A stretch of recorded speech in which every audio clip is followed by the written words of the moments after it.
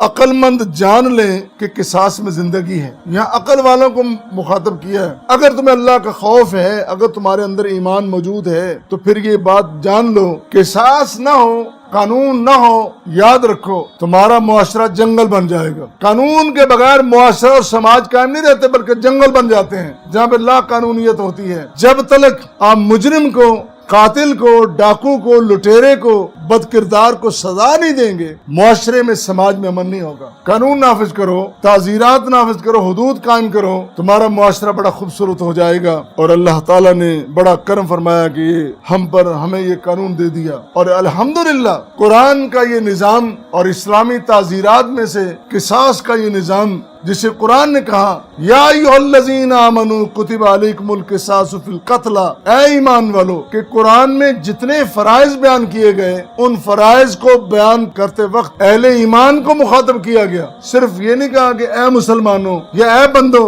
عام عباد کو، بلکہ اہل ایمان کو کہا گیا کہ تم پر، قرآن کو ماننے والو، حدیث مصطفیٰ کو ماننے والو، شریعت اسلامی کو ماننے والو، تم پر یہ پابندی ہے. اور جو مانتی نہیں، جنہوں نے اعتراض کرنا ہے، جنہوں نے صرف سوال اٹھانا ہے، ان کے لیے قانون نہیں ہے. ان کے لیے سزائیں جو موجود ہیں وہ اور ہیں. اللہ ہم سب کو قرآن کریم کا محق کو سمجھنے کی، عمل کرنے کی توفیق عطا فرمائے.